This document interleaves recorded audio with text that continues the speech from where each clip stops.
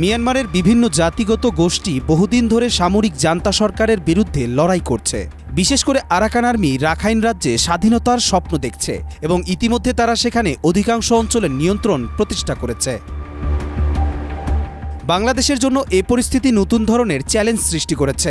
বাংলাদেশের কক্সবাজার সীমান্ত থেকে মাত্র কিছু কিলোমিটার দূরে আরাকান আর্মি একটি নতুন রাষ্ট্র গঠন করলে বাংলাদেশকে নতুন করে কূটনৈতিক ও সামরিক প্রস্তুতি নিতে হতে পারে।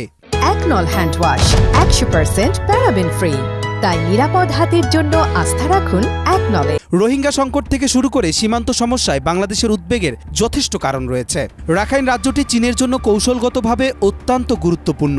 চীন সেখানে বিপুল পরিমাণে বিনিয়োগ করেছে এবং বেল্ট অ্যান্ড রোড ইনিশিয়েটিভের আওতায় গভীর সমুদ্র বন্দর নির্মাণ করেছে। তাই রাখাইন রাজ্যকে চীনের শাসনাধীন রাখার প্রচেষ্টা চলছে। এই পরিস্থিতিতে চীন মিয়ানমারের বিভিন্ন বিদ্রোহী গোষ্ঠীর সঙ্গে আলোচনার উদ্যোগ নিয়েছে এবং যুদ্ধবিরতির জন্য চাপ সৃষ্টি করেছে। চীনের এই কূটনৈতিক তৎপরতা মিয়ানমারের নতুন রাষ্ট্র গঠনের সম্ভাবনাকে আরও জটিল করে তুলেছে, কারণ চীনের বাণিজ্যিক ও কৌশলগত স্বার্থ এই অঞ্চলে জড়িয়ে আছে। মিয়ানমারের বিদ্রোহী গোষ্ঠীগুলোর মধ্যে একতা নেই, যা তাদের আন্দোলনকে দুর্বল করছে। চীন মিয়ানমার ও ভারতের স্বার্থ বিদ্রোহী গোষ্ঠীদের বিভিন্ন আদর্শ ও লক্ষ্যের মধ্যে দ্বন্দ্ব সৃষ্টি করছে। একই সাথে আরাকান আর্মির সংগ্রাম বাংলাদেশের জন্য নতুন উদ্বেগ সৃষ্টি করেছে।